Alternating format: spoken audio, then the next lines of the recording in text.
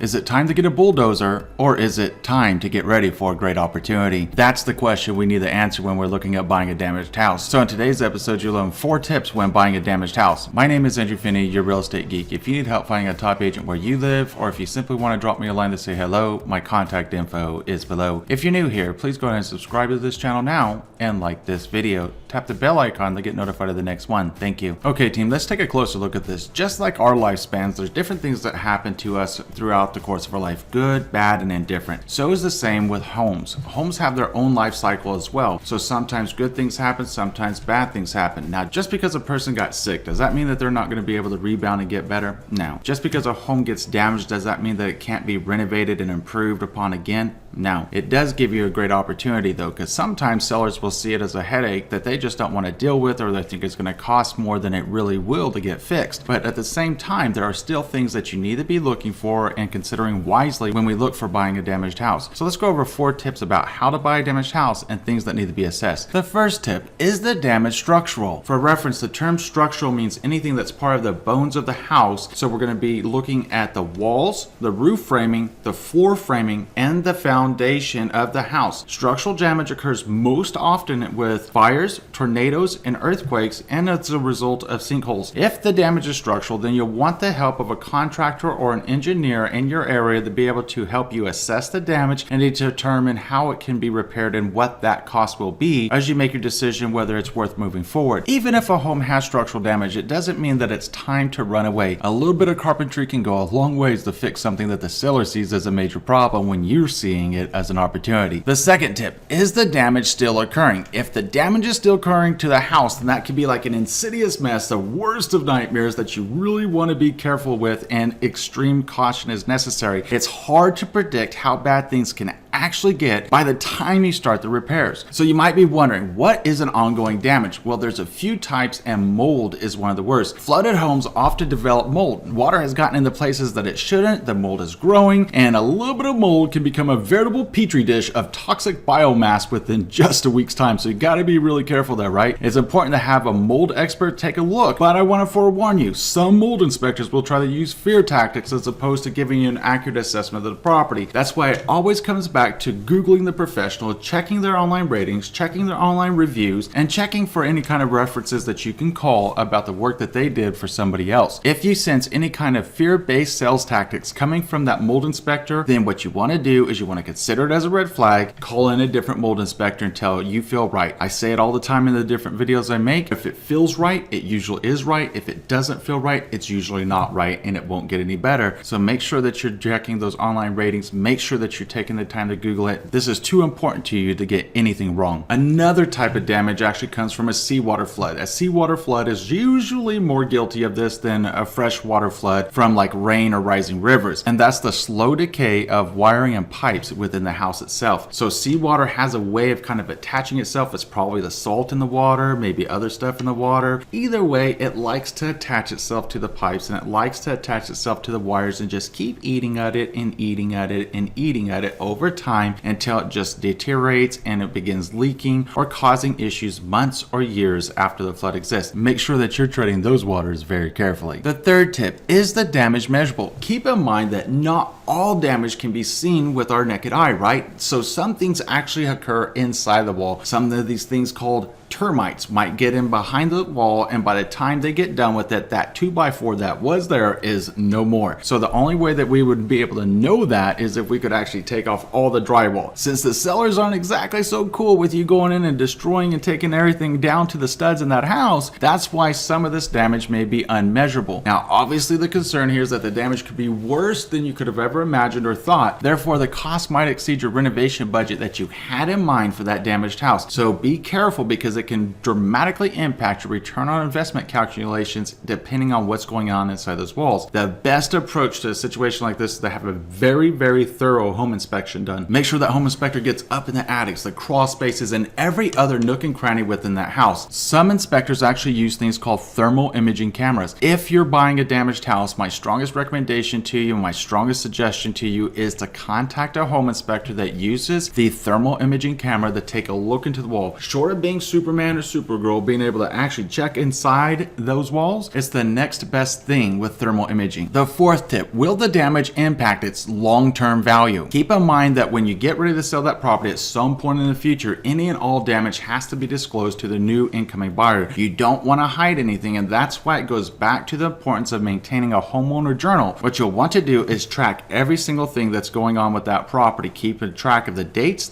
what was done, the time, and how much it cost, and the receipts that went along with it. Put it into a folder and keep it as a journal so that whenever it comes time to sell that property, you can appropriately disclose in the seller's property disclosure form when you bought this house, what was going on with the house, and show that the work was done. Now, whenever we're talking about the value of the home, if you don't have that, that might hurt your value because it might become stigmatized in the mind's eye of a buyer. Now, if you can show what was done to that property, the inspection that was completed, and the repair receipts, how would you feel if you were walking into a home like that to buy?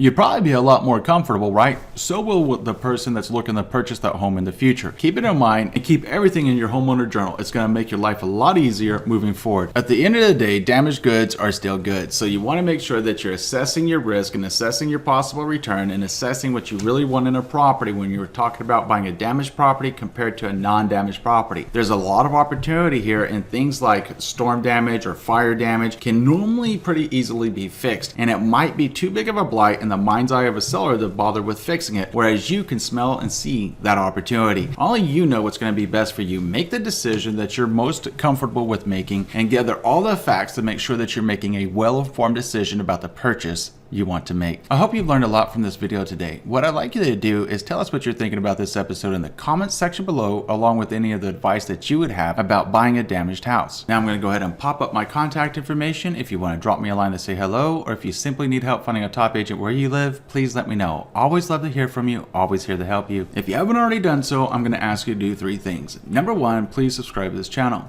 Number 2, please like this video. Number 3, please share this video around with someone you know is going to be able to help, because I'm sure that you're thinking of someone right now that's wondering, should I be buying a damaged house? It seems like a good deal, but I'm not sure what I should be looking for. Please share this video with them so that it can help them make a well-informed decision too. In between now and next time, I'm wishing you and yours a lifetime full of love, wealth, abundance, and happiness. Thank you for watching today, team, and enjoy an amazing day.